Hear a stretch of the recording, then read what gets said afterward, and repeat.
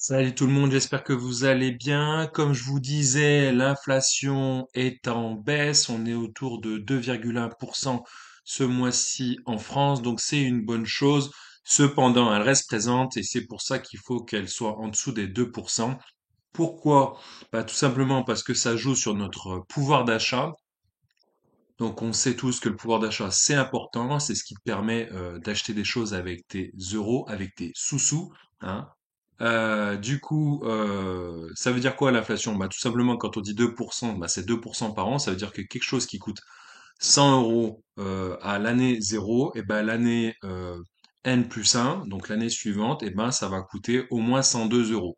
Donc et ainsi de suite. Après c'est 2% de 102, et ainsi de suite. Donc tu vois, ça fait comment dire? Ça devient exponentiel et donc c'est pas ouf. Mais du coup, pour lutter contre cette inflation ou pour justement vivre avec cette inflation, on va dire convenablement, eh ben il faut qu'il y ait une hausse des salaires qui suivent, mais c'est un peu plus compliqué que ça. En tout cas, vous aurez compris que d'un côté, il y a l'inflation qui monte, et du coup, pour qu'on puisse vivre, on va dire correctement, il faut qu'il y ait une augmentation des salaires. Mais il faut trouver le juste équilibre, d'accord? Comme d'hab, n'hésite pas à t'abonner, à liker, à partager, merci. Je continue avec mon explication. Donc du coup, il va avoir cette année, normalement, une augmentation du SMIC. C'est génial, non?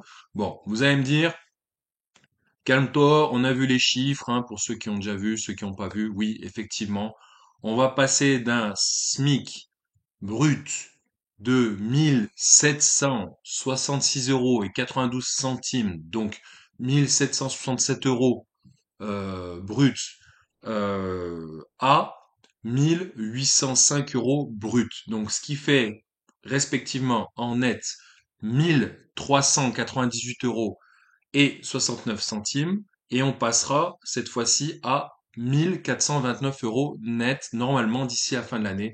Donc ça fera une augmentation de salaire, une augmentation du SMIC exactement de l'ordre de 2 à 2,5%. Donc tout ceci, je l'ai pas inventé, c'est annoncé entre guillemets par la Banque de France. Voilà, donc concrètement, ça signifie quoi pour nous? Ça signifie qu'en pratique, le smicard, entre guillemets, hein, la personne qui touche un SMIC, elle va gagner seulement 30 € net par mois. Donc, ce qui fera 360 euros. Je t'ai dit, il faut être bon en calcul mental, hein. 30 fois 12, ça fait 360 euros. Donc, c'est l'équivalent d'un forfait téléphonique, par exemple. Donc, ok, ça va te payer éventuellement ton forfait téléphonique. Mais tu vas me dire, qu'en est-il de l'impôt? Parce que plus je gagne des revenus, plus je suis imposable. Et quand on est au SMIC, on est par définition imposable. Ça va pas changer grand-chose sur tes impôts. Pourquoi? Parce que déjà, 360 euros de plus sur ton salaire annuel, bah c'est pas grand-chose, hein. Voilà, comme je t'ai dit, hein, ça couvre à peine ta facture téléphonique annuelle.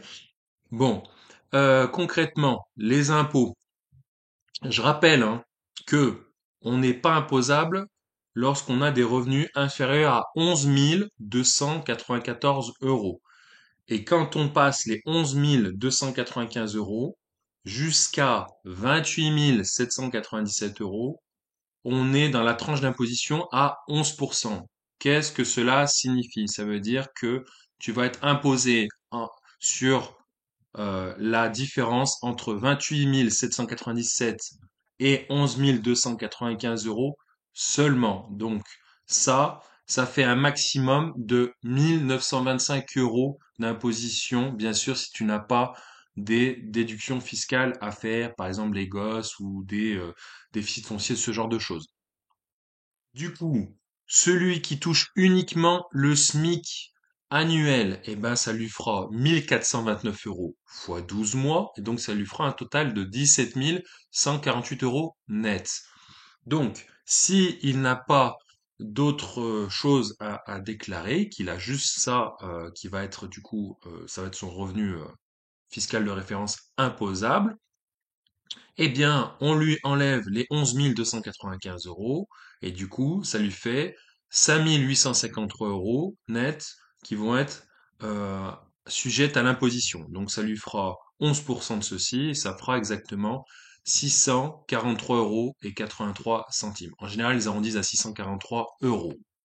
À titre informatif, 1400 euros fois 12, ça fait 16 800 euros. Tu retiens 12 pour que ça soit 1399 euros net par mois. Hein, c'était le SMIC, c'est le SMIC actuel. Donc ça te fait 16 788 euros annuels. Tu retires les 11 295 et ça te fait grosso modo 5500 euros. 5500 euros, 11%, donc ça fait à peu près 604 euros de d'imposition. Donc tu vois, tu passes de 604 euros à 643 euros d'imposition. Donc faut pas oublier que tes 30 euros de plus mensuels, donc tes 360 euros net supplémentaires annuels, eh bien tu vas quand même enlever une quarantaine d'euros que tu vas refiler à l'État. Donc, ce que je veux dire par là, c'est que cette augmentation, c'est bien, mais c'est pas suffisant. C'est vraiment pas suffisant. Et donc, ça aide vraiment pas pour le pouvoir d'achat, hein. Donc, on est tous d'accord. C'est donc pour ça qu'il faut développer son éducation financière. Éducation financière, je le répète. Il y a d'ailleurs un bouquin super qui s'appelle Père riche, Père pauvre, qui est traduit de l'anglais au français. C'est Robert Kiyosaki, l'auteur. Je vous invite à le lire. Il est disponible gratuitement en PDF sur Internet et ça vous permet de vous ouvrir l'esprit sur l'éducation financière et de comprendre comment fonctionnent les choses et l'intérêt d'investir dans des produits, dans des actifs et avoir moins de passifs. C'est la fin de cette vidéo. N'hésite pas à t'abonner, à liker, à partager, à regarder mes autres vidéos que je te mets en description pour comprendre un max de choses et pour essayer de t'en sortir financièrement. À la prochaine pour de nouvelles aventures. Salut!